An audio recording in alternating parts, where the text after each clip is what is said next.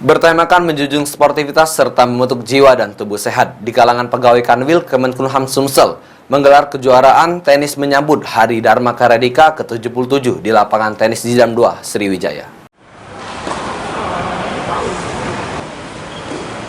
Kejuaraan tenis menyambut Hari Dharma Karyadika ke-77 ini diikuti oleh para pegawai di lingkungan kerja Kanwil Kemenkumham Sumsel dibagi menjadi 8 zonasi.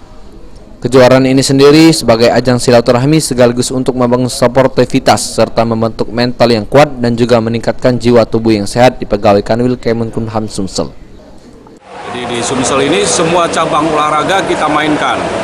Tujuannya adalah dalam rangka membangun sportivitas dan membentuk mental yang kuat serta meningkatkan jiwa dan tubuh yang sehat.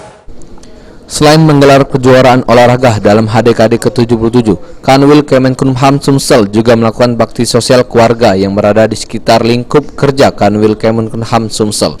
Firman Hidayat, PAL TV.